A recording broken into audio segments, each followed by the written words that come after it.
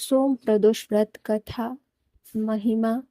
हिंदू धर्म में हर व्रत और त्योहार का अपना ही अलग महत्व है। भगवान शिव को समर्पित व्रत प्रदोष व्रत हर माह में 2 बार पड़ता है। प्रदोष का व्रत हर महीने के कृष्ण पक्ष और शुक्ल पक्ष की त्रयोदशी तिथि को पड़ता है। साल 2025 में जून माह में कृष्ण पक्ष की त्रयोदशी तिथि 23 जून 2025 सोमवार के दिन रखा जाएगा। प्रदोष व्रत अगर सोमवार के दिन पड़ता है तो इसे सोम प्रदोष व्रत के नाम से जाना जाता है। इस व्रत पर भगवान शिव को प्रसन्न करने के लिए व्रत किया जाता है। भोलेनाथ की कृपा से भक्तों के काम बनते हैं और इनका कृपा प्राप्त होती है। प्रदोष काल सूर्यास्त से शुरू हो जाता है।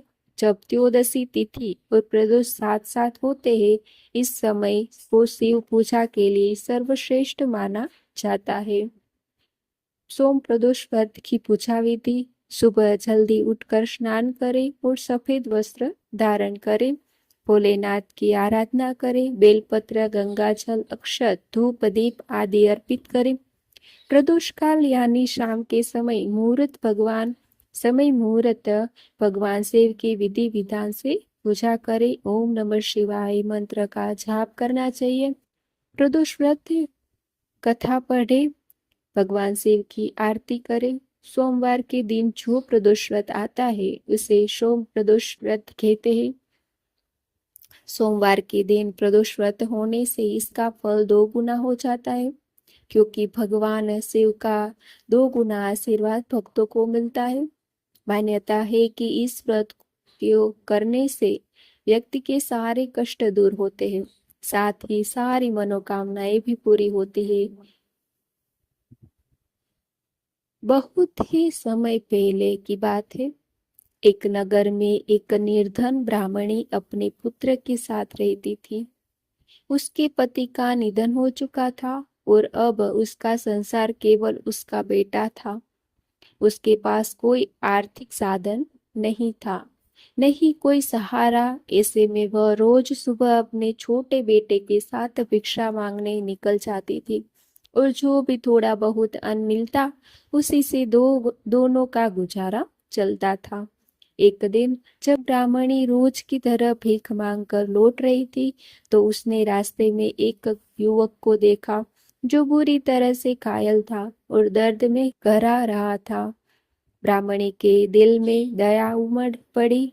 वह युवक की पीड़ा से द्रवित हो उठी और उसे अपने घर ले आई। उसने न केवल उसका उपचार किया बल्कि अपने बेटे जैसा स्नेह भी दिया। कुछ दिनों बाद जब वह युवक स्वस्थ हुआ तब उसने ब्राह्मणी को अपना परिचय दिया। वह कोई साधारण युवक नहीं था, बल्कि विदर्भ राज्य का राजकुमार था। उसके राज्य पर दुश्मनों ने आक्रमण कर दिया था।